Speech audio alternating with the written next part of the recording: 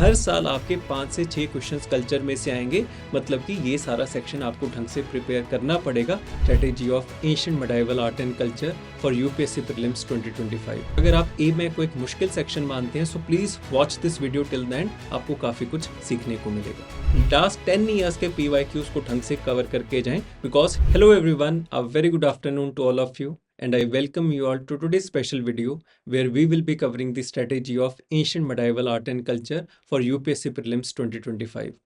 एमएक एक ऐसा सेक्शन है जो कि मोस्टली बच्चों के द्वारा सबसे चैलेंजिंग एरिया माना जाता है बिकॉज ऑफ इट्स वास्टनेस, और जिस तरह के क्वेश्चन पूछे जाते हैं, आप जितनी भी तैयारी कर जाइए फिर भी आपके ऐसे कुछ क्वेश्चंस होंगे जो आप नहीं अटेम्प्ट कर पाओगे। तो हम एक ऑब्जेक्टिव स्ट्रेटजी बनाने की कोशिश करेंगे based upon last 10 years prelims analysis. तो आइए इस वीडियो को शुरू करते हैं। और अगर आप एमए को एक मुश्किल सेक्शन मानते हैं, so please watch this video till the end, आपको काफी कुछ सीखने को मिलेगा। एट फर्स्ट, अगर हम हिस्ट्री के रिलेटिव इंपॉर्टेंस की बात करें, आई होप दैट यू अंडरस्टैंड कि हिस्ट्री में से रफली 15 to 20 क्वेश्चन हर साल पूछे जाते हैं। और इसमें भी अगर हम एमएक सेक्शन की बात करें तो रफली आपको 10 to 12 क्वेश्चन हर साल देखने को मिलेंगे, विच मीन्स कि आपका 10% ऑफ द पेपर सिर्फ इसी सेक्शन में से आएगा, जो कि बाकी बड़े बड़े सब्जेक्ट्स के इक्वल इंपॉर्टेंट है। पर बच्चा क्योंकि डरता है तो वो ढंग से स्ट्रेटेजी नहीं बना पाता। अगर हम लास्ट 5 ईयर्स के पेपर ब्रेकडाउन की बात करें तो उसमें अगर हम एमएक सेक्शन की बात करें 2024, so there were 9 questions. In the year of 23 there were 10 questions. In the year of 22 12 questions. 2021 again 12 questions and 2020 we have 11 questions. तो हर साल आपके 5 से 6 क्वेश्चंस कल्चर में से आएंगे, मतलब कि ये सारा सेक्शन आपको ढंग से प्रिपेयर करना पड़ेगा। पर करना किस तरह से है, आइए उसके बारे में बात करें। अगर हम किसी भी सब्जेक्ट को तैयारी करें तो हमारे सामने 3 मेजर एरियाज हैं, what to read, from where to read and how to revise and retain. तो अगर हम एमएक सेक्शन की बात करें, एट फर्स्ट अगर हम सोर्सेज को देखें, so we have the NCERTs as our foundation, as our base. तो इसमें जितनी भी न्यू एनसीईआरटीज हैं, like class 6th, class 7th and class 12th NCERT part 1 and 2, बाकी मॉडर्न वर्ल्ड इस तरह की हैं, तो आप इनको कवर कर सकते हैं। So the base should be your new NCERTs. You need to add these new NCERTs with the content of old NCERTs like R.S. Sharma and Satish Chandra। और अगर हम आर्ट एंड कल्चर की बात करें, for that you have class 11th NCERT and Nitin Singhania, जो कि एक fundamental book है कल्चर को तैयार करने के लिए। तो ये 3 हमारे एसेंशियल मटेरियल है जिसको आप कवर कर ही सकते हैं। अगर आप इतना भी कवर नहीं कर रहे, मतलब कि आप प्रीलिम्स के लिए ढंग से तैयारी नहीं कर रहे। अपार्ट फ्रॉम दैट हमारे पास रेफरेंस बुक्स हैं, एडिशनल सोर्सेज हैं। रेफरेंस बुक्स की बात करें तो उनकी जो रेलेवेंस है वो पिछले कुछ टाइम में काफ़ी ज़्यादा बढ़ी है। जैसे हम रोमिला थापर की किताब की बात करें, उपिंदर सिंह की बात करें, जिसमें से बहुत मुश्किल क्वेश्चन पूछे जाते हैं। पर क्या हमें इन सारे सोर्सेज को कवर करना है? अगर आप खुद से तैयारी कर रहे हैं, सेल्फ प्रिपेयर कर रहे हैं, so absolutely the answer is no. अगर आपका ऑब्जेक्टिव है 100 में से 100 क्वेश्चंस को कवर करना, so yes you should cover these additional sources. पर अगर आपका व्यू पॉइंट है कि मुझे इस प्रीलिम्स को कि कट ऑफ को ढंग से कवर करना है, तो आप अगर इन सारे बेसिक सोर्सेज को ढंग से कवर कर जाएंगे, डिटेल में रिवाइज कर जाएंगे, तो आपका फिर भी प्रीलिम्स का सपना साकार हो सकता है। नो डाउट अगर आप इनको भी कर जाएंगे तो आपका जो चांसेस है उसको क्लियर करने के वो बहुत ज़्यादा इंक्रीज होंगे। बट एक बच्चे के पास इतना स्कोप नहीं है, इतना टाइम नहीं है, इतनी एफिशिएंसी नहीं है कि वो हर चीज़ को खुद से कवर कर सके। So in case you are preparing on your own, these are the areas that you should focus. And apart from that, इनको आप सप्लीमेंट करेंगे पीवाईक्यूज के साथ। मेक श्योर कि आप लास्ट 10 ईयर्स के पीवाईक्यूज को ढंग से कवर करके जाएं, बिकॉज हिस्ट्री में बहुत बार क्वेश्चंस को रिपीट किया जाता है। So I hope that the sources area is clear to you. Apart from that, अगर आपके पास कोई भी डाउट हो, क्वेरी हो, आप हमेशा कमेंट सेक्शन में लिख सकते हैं। अब अगर हम एक ऑब्जेक्टिव स्ट्रेटेजी को बनाना चाहते हैं, हमें सोर्सेज के बारे में पता लग गया, अब उन सोर्सेज को किस तरह से हम सिलेक्टिवली रेफर भी कर सकते हैं, या फिर कौन से ऐसे एरियाज हैं जिनको आपको मेक श्योर करना है कि आपको क्लियरली ढंग से समझ आ चुके हैं। अगर हम लास्ट 10 ईयर्स की बात करें और एशियंट हिस्ट्री की बात करें, तो 4 ऐसी थीम्स हैं जो कि हर बार रिपीट की जाती हैं। First one is that of Harappan civilisation. Harappan civilisation की साइट्स, उसकी खासियत, उसके लाइफस्टाइल, इकोनॉमी, सिटी डेवलपमेंट के प्लान्स, उसके ऊपर क्वेश्चन पूछे जाते हैं। Then we have modern period and Ashokan edicts. Surprisingly modern period एक ऐसा एरिया है जिसमें से ऑन एन एवरेज हर साल क्वेश्चन देखा गया है, 2016, 2019, 2020, 2022। तो इससे हमें ये समझ में आया कि मॉडर्न एम्पायर को आप अगर ढंग से तैयारी करके जाएंगे तो उसमें से क्वेश्चन पूछे जाने की प्रोबेबिलिटी बहुत ज़्यादा है। इसका अगर अगर मैं आपको एग्जांपल भी दूं, अभी आपने ये सुना होगा that the new lion sculpture जो हमारे नए पार्लियामेंट में लगा है, तो उसके में थोड़ा चेंज है as compare to the old sculpture जिसको हमने अशोकन पिलर्स के सारनाथ पिलर से कॉपी किया था। अब अगर ये चेंज आया तो ये करंट न्यूज़ बन गई, पर इसमें से क्वेश्चन कैसे पूछा जाएगा? So the question can be derived in terms of कि करंट को वो स्टैटिक से लिंक करेंगे कि ये हमने पिलर के आइडिया को चेंज किया। तो वो पिलर का आइडिया कहाँ से आया? सबसे पहले अशोकन पिलर से। पर अशोकन पिलर्स का आइडिया कहाँ से कॉपी किया गया था? So they were copied from Achaemenian empire's pillar. I hope कि आपको ये क्लैरिटी होगी that this Achaemenid empire was the first empire to invade into India. और उसमें अगर आप जर्क्सीज, साइरस, डेरियस, अगर आपने मूवी 300 देखी है तो उसी एम्पायर को यहाँ पे रेफर किया गया है। और उन्होंने फर्स्ट में सबसे पहले में नॉर्थ वेस्ट के कुछ एरियाज ऑफ इंडिया को कॉन्कर किया था, नेक्स्ट किया था। तो ये हमारी सबसे पहली इन्वेजन है इंडिया की। तो क्वेश्चन आपको ऑल दो करंट जब आप पढ़ेंगे तो आपका अशोकन पिलर्स आएगा, पर उसका जो रेफरेंस है, उसका जो स्टैटिक लिंकेज है वो एक्यूमेनियन एम्पायर तक जाके जुड़ेगा। एंड बहुत बार बच्चा खुद से ये चीज़ों को समझ नहीं पाता।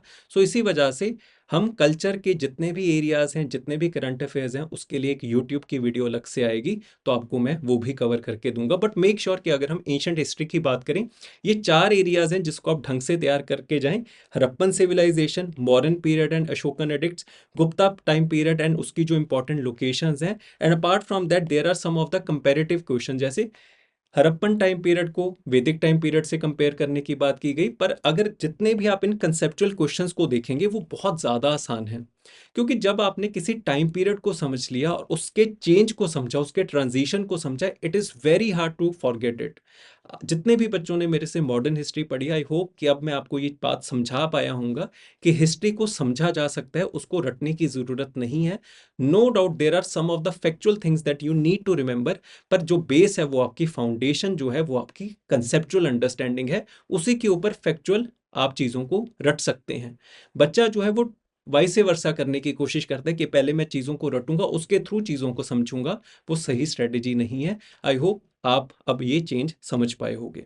Apart from that modern empire का आपने रिफ्लेक्शन देख लिया। अगर हम मिडेवल हिस्ट्री की बात करें, सो राइजिंग इंपॉर्टेंस है। लास्ट के कुछ साल में बहुत सारे बच्चे इस चीज़ को नहीं समझ पाते कि मिडेवल हिस्ट्री अब बहुत इंपॉर्टेंट हो चुकी है। जैसे मॉडर्न हिस्ट्री का रिलेटिव जो ट्रेंड है, जो इंपॉर्टेंस है, वो कम हुआ है, तो उसका जो शिफ्ट है वो किसकी तरफ गया है? एंशिएंट और मिडाइवल की तरफ। और मिडाइवल में भी अब आप हर साल अगर देखेंगे, सो रफली आपको 5 से 6 क्वेश्चन, वैलिड क्वेश्चन है बट रफली आपको 5 क्वेश्चन देखने को मिल सकते हैं। विच मीन्स कि अगर आप मिडेवल हिस्ट्री को स्किप करके गए और वहां पर अगर आपके 5 क्वेश्चन पूछ लिए गए, तो आप पहले ही रेस से बाहर हो जाओगे। हम अगर किसी जंग को लड़ने के लिए जाते हैं, किसी पेपर को देने के लिए जाते हैं, हमें पहले क्लैरिटी होनी चाहिए कि कौन से एरियाज किस तरह से पूछे जाएंगे, ताकि वहां पे जाके हमें कोई शॉक ना लगे। अगर आप स्किप करके गए और वहां पर 5 से 6 क्वेश्चंस है, तो आपका कॉन्फिडेंस लेवल पहले ही गिर जाएगा। So it is always better कि आप इन सारे एरियाज में से, इन टॉपिक्स में से उन एरियाज को ढंग से कवर कर जाएं जहां से क्वेश्चंस पूछे जाने की प्रोबेबिलिटी बहुत ज़्यादा है। जैसे यहाँ पर हम मंगोल इन्वेजन की बात करें, so the questions on Mongol invasion have repeated over the years. उसका कारण क्या है कि जब दिल्ली सल्तनत की फॉर्मेशन होगी, तो आप starting from Iltutmish till the time period of Tughlaq Khiljis, इस सारे टाइम पीरियड में मंगोल इन्वेजन के थ्रेट के बारे में पढ़ते हैं। आप इल्तुतमिश, रजिया सुल्तान, बलबन, इन सब की स्ट्रेटजीज के बारे में पढ़ते हैं कि इन्होंने किस तरह से मंगोल को अप्रोच किया। क्या इनका कंसिलेटरी अप्रोच था? क्या ये अपीसमेंट कर रहे थे? क्या ये सीधा डायरेक्ट वॉरफेयर के ऊपर जाएंगे? तो क्योंकि ये उस टाइम पीरियड का सबसे बड़ा चैलेंज है, तो उसमें से क्वेश्चन पूछे जाने की प्रोबेबिलिटी भी बहुत ज़्यादा है। आई होप कि आप ये समझ पाएंगे कि जब आप किसी चीज़ को ढंग से पढ़ते हैं, समझते हैं, तो आपको ये भी आइडेंटिफाई हो जाएगा किस एरिया में से क्वेश्चन क्यों पूछा जाता है और किस वजह से पूछा जाता है। सो अगर आप खुद के लेवल के ऊपर तैयारी कर रहे हैं, सो दिल्ली सल्तनत, ऑल्दो आप मुगल एम्पायर को उतना इंपॉर्टेंट इंपॉर्टेंस मत दीजिए। Delhi Sultanat, Bhakti and Sufi movement, Vijayanagar empire, comparison between different dynasties, questions on terms like fanam. जैसे हम फनम की बात करें, so this is a keyword that is mentioned in the new NCERT. Fanam सिक्कों को कहा जाता है जो कि विजयनगर एम्पायर के दौरान वॉज इन सर्कुलेशन। तो आपको ये समझ में है किस तरह के क्वेश्चन इंपॉर्टेंट है। सो अगेन, जितने भी एनसीईआरटी के फैक्ट्स हैं, एनसीईआरटी की इंफॉर्मेशन है, वो आपको जरूर होनी चाहिए। And same ways I will be covering class 6th, class 7th and जितनी भी एनसीईआरटीज हमने रेफर की थी फ्रॉम द एमएक्स सेक्शन, वो सारे एरियाज में आपको तैयार करके दे दूंगा। बट मेक श्योर कि आप इस मिडेवल हिस्ट्री के सिलेक्टेड कवरेज को, सिलेक्टेड एरियाज को ढंग से कवर करके जाएं। एंड फिर अगर हम आर्ट एंड कल्चर की बात करें, तो उसमें भी इंटीग्रेशन विद करंट अफेयर्स है। जैसे अभी मैंने आपको समझाने की कोशिश की थ्रू अशोकन रेडिट्स की, किस तरह से वो एक्मेनियन एम्पायर तक जाके जुड़ेगा।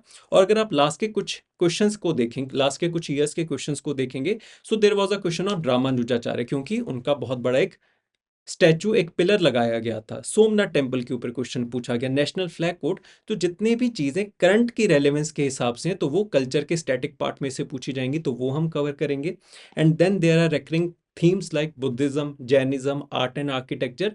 तो वो एक इंपॉर्टेंट एरियाज हैं। आई होप कि वो आप ढंग से कवर करके जाएंगे।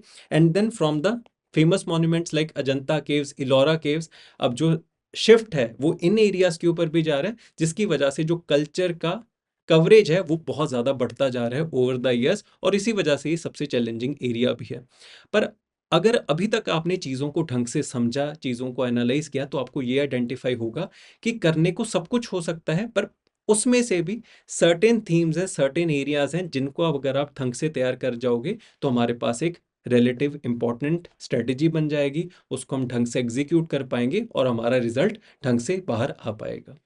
So moving forward, apart from all the free initiatives that I will be doing on YouTube for all the students self-preparing, अगर आप पेड बैच का पार्ट बनना चाहते हैं, so the classes of ancient medieval art and culture will be starting from 10th of March. अभी तक modern history को हम कंक्लूड कर सकते हैं। इन case you become a part, तो आपको मॉडर्न हिस्ट्री की क्लासेस रिकॉर्डेड मिलेंगी, लाइव क्लासेस का आप साथ में पार्ट बन सकते हैं, और मॉडर्न हिस्ट्री का फीडबैक आपके सामने है, बिकॉज आई मेक श्योर कि आपको हिस्ट्री समझ में आए। और एमएक का जो पूरा सेक्शन है वो सारा कंसेप्चुअल बेस्ड है, बिकॉज वहाँ पर ह्यूमन सोसाइटीज़ की फॉर्मेशन है। अगर दुनिया में बुद्धिज्म जैसा धर्म आया, जैनिज्म आया, तो अगर आप वैदिक टाइम पीरियड को समझ लेंगे, so it is very easy कि आप पूरे बुद्धिज्म और जैनिज्म को समझेंगे। जब आप कंसेप्चुअल क्लैरिटी को बना लेते हैं, तो आपके लिए फैक्चुअल चीज़ों को याद रख पाना बहुत आसान है। And this is reflected from the feedback जो अभी तक मैंने इस पूरे बैच में रिसीव किया है। You can also visit my Telegram channel UPSC with Kawal Baweja. वहां पर आप जाके खुद से सारे कमेंट्स को, खुद से सारे फीडबैक्स को पढ़ सकते हैं। It is a very transparent type of platform जो मैंने बनाने की कोशिश की है, ताकि मैं भी इम्प्रूव करूं, आप भी इम्प्रूव करें। And I will make sure कि in case you become a part of this course, मैं आपको हिस्ट्री के लिए एक नया पर्सपेक्टिव प्रोवाइड करूंगा। मेरा ऑब्जेक्टिव सिर्फ ये नहीं रहता कि आप इस पेपर को क्लियर करें, मेरा ऑब्जेक्टिव ये रहता है कि आप इस सब्जेक्ट के थ्रू अपनी अंडरस्टैंडिंग ऑफ यूपीएससी प्रिपरेशन को एनहांस करें, अपने जीवन के लेवल के अंडरस्टैंडिंग को एनहांस करें। एंड इन केस आप किसी भी बाकी बच्चे से बात करेंगे, you will also feel the same. So how this course will help you, because सबसे पहले जब भी मैं किसी टॉपिक को शुरू करता हूँ, I make sure that you understand that topic, कि क्या टाइम पीरियड है, उसमें किस तरह से चेंजेस है, हम क्या पढ़ने जा रहे हैं। तो जब आप सबसे पहले व्हाइट बोर्ड के ऊपर हर चीज़ को समझते हैं, then we move forward to the content, जिसको मैंने तैयार किया है by covering all the possible resources that are out there in the market. इसमें आप किसी भी एनसीईआरटी को रेफर करिए, किसी भी एडिशनल सोर्स को रेफर करिए, आपको मैक्सिमम कवरेज देखने को मिलेगी, जो based upon my experience and जिस तरह से पेपर अब पूछे जाते हैं, उसको मैंने कवर करने की कोशिश की है। So you can be assured with respect to the coverage, and you can be assured with respect to the understanding, जो मैं आपको टाइमलाइन के थ्रू देने की कोशिश करूंगा। अपार्ट फ्रॉम दैट, इस पूरे कोर्स की खास बात क्या है कि हर लेक्चर के साथ आपको डिटेल्ड नोट्स मिलेंगे। आई हैव मेड श्योर कि आपको हर जगह के ऊपर जहाँ पर भी पिक्चर्स के थ्रू मैं उसको ऐड कर सकता हूँ, वो मैंने करने की कोशिश की है। और हर लेक्चर के एंड में आपको रिवीजन के लिए अलग से नोट्स मिलते हैं, जिसको हम माइंड मैप्स या फिर पॉइंटर नोट्स कहते हैं, ताकि आपकी इफेक्टिव रिवीजन भी हो सके। बिकॉज अल्टीमेटली रिवीजन ही एक ऐसी चीज़ है जो आपको आगे लेके जाएगी। So in case we talk about the course structure, so the content of this AMEX section will be covered in roughly 17 to 18 lectures। और इतने lectures इसलिए लिए गए हैं ताकि मैं आपको ढंग से समझा सकूं, आपके ऊपर कोई बर्डन ना आए और आप ढंग से ये समझ सकें कि हिस्ट्री को किस तरह से बहुत आसानी से कवर किया जा सकता है। सो रफली हम इस मार्च के एंड तक आपके पूरे AMEX सेक्शन को यूपीएससी लेवल के हिसाब से कवर कर लेंगे। The classes of modern history have already been concluded, तो उसके सारे रिकॉर्डेड लेक्चर्स एंड नोट्स आपको प्रोवाइड कर दिए जाएंगे। सो इन केस हिस्ट्री आपका एक ऐसा एरिया है जिससे आप डरते हैं या फिर आप अंडर कॉन्फिडेंट है, you can check out this course, you can check out the feedback that I have received and I can promise you that कि आप हिस्ट्री को बहुत ढंग से प्रिपेयर कर सकते हैं। ये कोई ऐसा सेक्शन नहीं है जिससे आप डरें, बट रादर एक ऐसा सेक्शन है जो कि आपको बाकी सारे सब्जेक्ट्स की अंडरस्टैंडिंग को और एनहांस करेगा और आपको एक बेटर कैंडिडेट बनाएगा इस यूपीएससी प्रीलिम्स के लिए। So this was all for today. और मेरी आपसे यही एक्सपेक्टेशन रहेगी दैट जब आप मेरी क्लास को देखें, इन case you become a part of this course, तो आप उसके साथ उन नोट्स को, जो मैं आपको डिटेल्ड नोट्स दूंगा, आप उसको कवर करें आफ्टर द क्लास। तो रफली आपकी 3 घंटे की क्लास के बाद 1 घंटा आप अपने नोट्स को रिवाइज करेंगे एंड अगले दिन क्लास में आने से पहले जो मैं आपको रिवीजन नोट्स दूंगा specifically revision point of view से, तो अगले दिन आप उसको दोबारा से रिवाइज करके आएंगे। तो आप सिर्फ लेक्चर्स के अंदर ही आप इस पूरी हिस्ट्री को 2 से 3 बार रिवाइज कर सकेंगे और उसके लिए आपको मुझे हर रोज 4 से 5 घंटे देने की जरूरत है। सो इन केस आप किसी और सब्जेक्ट को साथ में तैयार कर रहे हैं तो आप वो भी कर सकते हैं, मुझे इतनी ही टाइम की रिक्वायरमेंट रहेगी। बट अगर आप इस कोर्स का पार्ट बनेंगे, I can make you sure कि आप हर पीवाईक्यू को सॉल्व कर पाएंगे। आप किसी भी XYZ इंस्टीट्यूट की अगर आप टेस्ट सीरीज को करेंगे, आप उसमें बहुत अच्छे से स्कोर कर सकते हैं, बिकॉज हिस्ट्री एक ऐसा सब्जेक्ट है जो बहुत आसान है। एंड आई होप जितने भी बच्चों ने अभी तक इस मॉडर्न हिस्ट्री के कोर्स को कवर किया, they would be feeling the same. तो अब मिलते हैं कोर्स के अंदर। Thank you so very much.